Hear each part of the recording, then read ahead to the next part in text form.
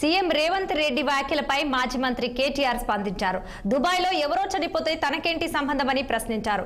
తాను లోకేష్ ను హైదరాబాద్ లో కలవలేదని, ఒకవేళ కలిసినా తప్పేంటి అని ఆయన క్వశ్చన్ చేశారు. నారా లోకేష్ తనకు మంచి మిత్రుడని, కేటీఆర్ లోకేష్ తో మంచి సంబంధాలున్నాయని స్పష్టం చేశారు. ఖమ్మం జిల్లాలో పర్యటించిన కేటీఆర్ మాజీ ఎమ్మెల్యే పువ్వాడ అజయ్ కుమార్ ఏర్పాటు చేసిన కార్యకర్తల సమావేశంలో కేటీఆర్ పాల్గొన్నారు. అనంతరం మీడియాతో మాట్లాడుతూ సంచలన వ్యాఖ్యలు చేశారు. తనపై టన్నుల కొద్ది కేసులు పెట్టారని, చివరికి గుండు సుదంత ఆధారం చూపలేదని ఎద్దేవా చేశారు మాజీ మంత్రి కేటీఆర్. లోకేష్ ని కలిసినట్టు అర్ధరాత్రి పోయి మేమేం చేసినా బాజాప్తా చేస్తాం, బేజాప్తా చేయాల్సిన కర్మ మాకు లేదు. అయినా నాకు తెలియక అడుగుతా, లోకేష్ ఏమైనా నీ లెక్క అంతర్రాష్ట్ర దొంగనా? లోకేష్ ఏమైనా నీ లెక్క సంచులు మోసినోడా? లోకేష్ ఏమైనా నీ లెక్క చదువు రానోడా? కలిస్తే తప్పేంది, ఒకవేళ కలవలేదు కలిస్తే తప్పేంది. అయినా నాకు తెలియక ఇంకో మాట అడుగుతా, పక్క రాష్ట్ర మంత్రి యువకుడు, నాతో డెఫినెట్గా సత్సంబంధాలు ఉన్నాయి, ఇద్దరం కూడా ఫ్రెండ్లీగా ఉంటాము, కలవలేదు కానీ కలిస్తే తప్పేంది నాకు తెలియక అడుగుతా. అయినా మీ పెద్ద బాసు చంద్రబాబు కొడుకే కదా, నేను గూండానో దావుద్ ఇబ్రహీంనో చీకట్లో కలిసినట్టు డైలాగులేంద్రా.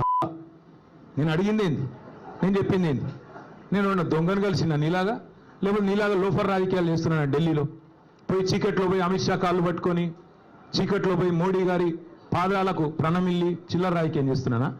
పక్క రాష్ట్ర మంత్రి యువకుడు, నాకు తమ్ముళ్ళు అంటాడు, కలిస్తే కలుస్తా కానీ నేను కలవలేదు. దానికి ఏదో పెద్ద ఈయనేదో గొప్ప విషయం కనిపెట్టినట్టు. ఆయన నాకు తెలియక అడుగుతా, పాలన గురించి తెలుసుకోవాలంటే మమ్మల్నే కలుస్తారు బీఆర్ఎస్లను, దోపిడీ గురించి తెలుసుకోవాలంటే నిన్ను కలుస్తారు. ఆయన నన్ను కలిస్తే నీకేం నొచ్చింది? నేను అడుగుతా ఉన్నా రేవంత్ రెడ్డి, ఆయన కుటుంబ సభ్యులకు కూడా అడుగుతా ఉన్నా, నేను ఆయన కుటుంబ సభ్యులకి విజ్ఞప్తి చేస్తా ఉన్నా, రేవంత్ రెడ్డి గారి కుటుంబ సభ్యులకి కాన్వాయ్లో తిరగడం, సెటిల్మెంట్లు చేయడం, బెదిరించి చందాలు గుంజుకోవడం ఇదొకటే కాదు. ముఖ్యమంత్రి గారి కుటుంబం మీరు, మీవాడు ఒక మానసిక రుగ్మతతో బాధపడతా ఉన్నాడు.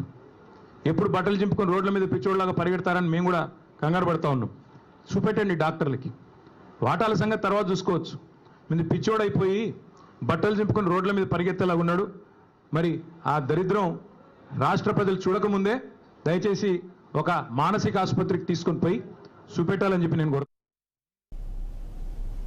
అంతర్జాతీయ స్థాయికి వెళ్లిన ఏపీ